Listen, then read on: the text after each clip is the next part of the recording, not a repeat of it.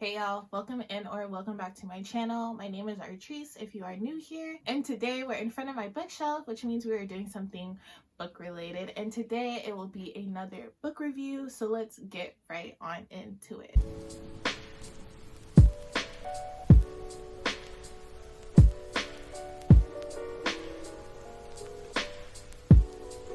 So today I will be reviewing The Murders of Molly Southbourne by Tade Thompson. This is a horror, thriller, mystery novella. This is really short, but this review will be no spoilers, so don't worry about it if you would like to pick this book up after you finish watching this video. So basically, we are following a young woman named Molly. For all of her life, she's basically been killing herself or trained to kill herself. And every time she bleeds, another Molly is born exactly identical to her and bent on killing her. And so her parents have trained her how to defend herself and how to keep bleeding to a minimum. We basically follow her from when she is a young girl, around 5, to when she is a young woman, probably in her 20s.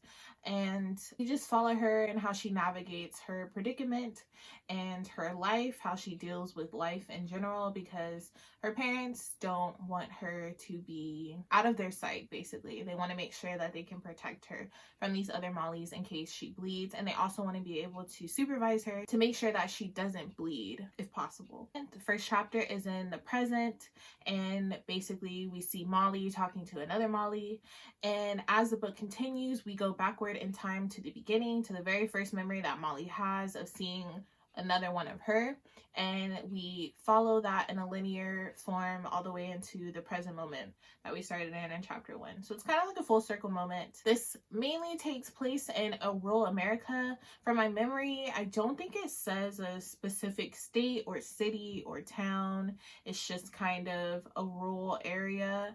Her parents own a farm, so that's where Molly is raised, and that's where she spends majority of her time. Her father teaches her a lot about farm life and things like that. One thing I really loved about this book is Molly's brain. The way that she thinks is so complex, and from an early age, it is obvious that she is way smarter than your average adolescent. The way that she talks to her parents, the way that her parents talk to her, their relationship and their dynamic is so intriguing and interesting. It wasn't off-putting to me at all. I enjoyed it, and you didn't feel like Molly didn't love her parents, and you didn't feel like Molly's parents didn't love her. Their dynamic and their relationship was just different. The way that they expressed their love was different, and I enjoyed the different aspects of that. How many times did I just say different? This was also the most complete short story that I think I've ever read. For a short story, it's really hard to end it on a complete note.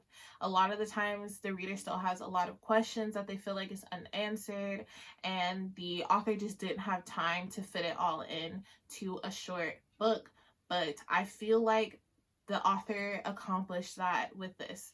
I didn't have any questions at the end of this book. I was satisfied, completely satisfied. This is a series. The second book in this is The Survival of Molly Southbourne. I'm not sure if there's going to be more than 2 books, but that book is currently out now. I don't think that it was needed. I personally haven't read it yet, but just because of the way that this book ended, I don't think it needed another book. I feel like the ending of this was still satisfying in every way, and I don't think that not having a sequel to this would have taken away anything from this book.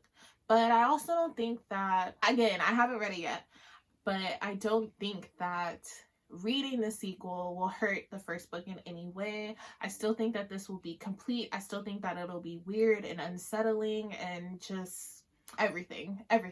It'll still be everything. I may read it. If you guys would like to see a review on that book, let me know down in the comments below. I would definitely recommend this book for fans of horror or thrillers, mysteries, sci-fi. Also, I would definitely recommend this for science fiction literature readers, because I think you would like the sci-fi element in this book. When I looked up the trigger warnings for this book, the main one that I saw was self-harm, which I would definitely agree with, but some trigger warnings that I'm adding to this myself would definitely be death, blood, gore, being held captive as well. And I think that's about all I could think of, but please make sure you do your research for yourself. I would definitely recommend this book. I gave this book 5 out of 5 stars. I thought the writing in this was amazing. The ending, of course, was satisfying. The overall enjoyment while I was reading this book was there. The character development, I love Molly as a character personally. I feel like watching her grow and seeing how her brain develops and becomes even more badass. Like, Molly is a badass. There's no other way to say it. There's no other way to say it. That's just what she is. And I loved it. I loved every second of it. If you've already read this book, let me know in the comments down below what you thought about it. And if you want to see more book reviews from me, please make sure to give this video a thumbs up. If you want to see more content from me, please make sure you subscribe to my channel. And thank you so much for watching. I hope you all enjoyed. Until next time, peace and love.